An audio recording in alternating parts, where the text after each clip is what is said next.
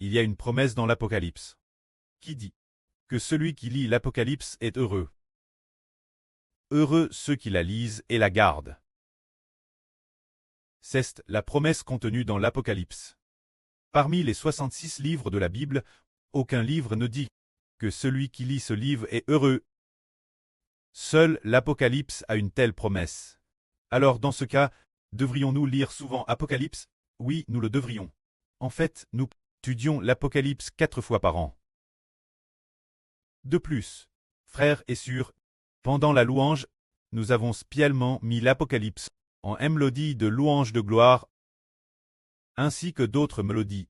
Alors si nous finissons de louer une fois en 10 jours, en finissant de louer pour une tribu, alors en 10 jours environ, nous aurons terminé de chanter une fois l'Apocalypse. C'est-à-dire que nous avons spécialement adapté le contenu de l'Apocalypse en plusieurs mélodies.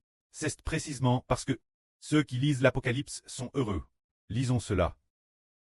Ceux qui lisent les paroles de cette prophétie ont, et ceux qui entendent les paroles de cette prophétie et gardent ce qui y est écrit sont heureux, car le jour du Seigneur est proche.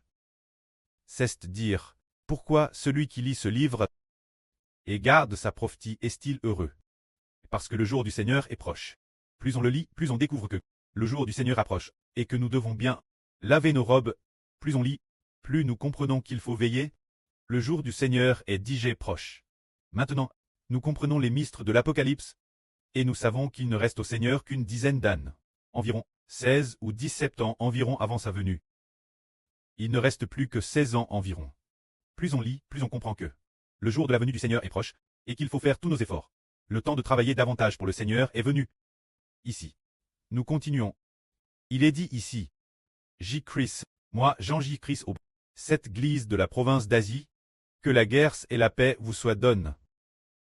De la part de celui qui est, qui était, et qui vient, le Dieu éternel, et des 7 esprits devant son trône, et de la part de Jésus-Christ. Alors, qui donne la grâce et la paix? Elles sont données par Dieu, le Christ et l'Esprit. C'est-à-dire que toute grâce, toute paix, viennent toutes du préclès de Jéhovah, du Seigneur Jésus-Christ et de l'Esprit. Sur nous, si nous disons que nous ne voulons pas du Seigneur Jésus, nous n'aurons certainement pas la paix.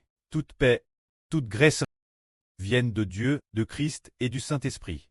Alors si quelqu'un suit les enseignements de Dieu et obéit au Seigneur Jésus-Christ, alors la grâce et la paix viendront sur nous par le Seigneur Jésus-Christ. Quel genre de personne est le Seigneur Jésus? La Bible dit qu'il est le témoin fidèle. Comme il est dit ici, Jésus-Christ est le témoin fidèle. Le premier d'entre les morts est le chef des rois de la terre.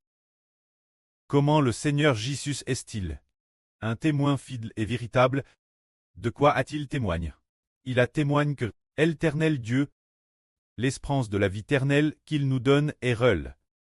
Car il est lui-même l'Évangile qui donne la vie éternelle. Lui-même est ressuscité des morts pour nous apparaître, pour nous faire comprendre que, en effet, le préclès éternel, l'espérance de la vie éternelle qu'il nous donne est réelle. Car le Seigneur Jésus-Christ, son propre témoignage de la résurrection des morts est vrai.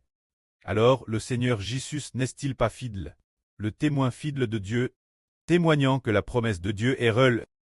Il est fidèle, fidèle jusqu'à l'obéissance la mort, afin d'offrir sa propre vie, Dieu ressuscite des morts, témoignant que ce que Dieu a promis l'humanité est vrai. Et de plus, Jésus-Christ est devenu l'Évangile qui donne la vie, afin que tous ceux qui croient en son nom ressuscitent comme lui l'avenir. Que la gloire soit auprès et au Seigneur. Amen.